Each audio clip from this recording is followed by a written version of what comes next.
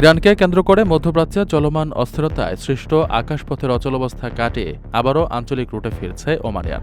সাময়িক স্থগিতাদেশ প্রত্যাহার করে জিসিসিভুক্ত ৩ শহরে নিয়মিত ফ্লাইট চালুর ঘোষণা দিয়েছে প্রতিষ্ঠানটি। এতে মধ্যপ্রাচ্যের আকাশপথে পুনরায় স্বাভাবিকতা ফেরার ইঙ্গিত পাওয়া যাচ্ছে।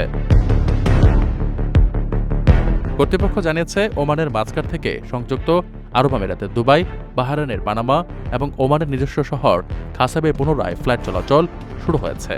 এসব গন্তব্যের জন্য যাত্রীরা এখন থেকেই টিকিট বুকিং দিতে পারবেন।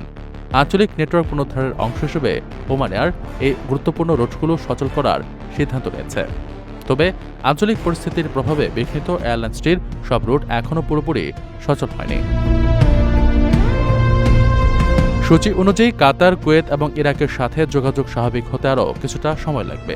মাস্কাট থেকে দোহা, কুয়েত সিটি এবং বাগদাদ রুটের ফ্লাইটগুলো আগামী ৩০ এপ্রিল পর্যন্ত স্থগিত রাখা হয়েছে।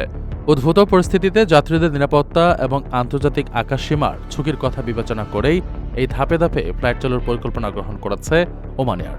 ওমান ও প্রতিবেশী দেশগুলোর মধ্যে আকাশপথে সংযোগ পুনঃস্থাপনের এই উদ্যোগকে ইতিবাচক হিসেবে দেখছেন সংশ্লিষ্টরা।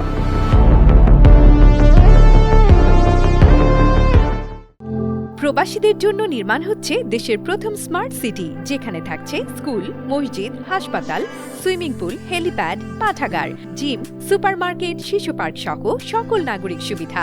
মাত্র ৩০ লাখ টাকা বিনিয়োগে মিলছে আকর্ষণীয় ফ্ল্যাট। প্লাটিনাম ইনভেস্টরদের জন্য ঢাকা বিমানবন্দরে ভিআইপি প্রোটোকল সুবিধা। বিস্তারিত জানতে যোগাযোগ করুন স্ক্রিনে দেয়া হোয়াটসঅ্যাপ অথবা ইমো নাম্বারে।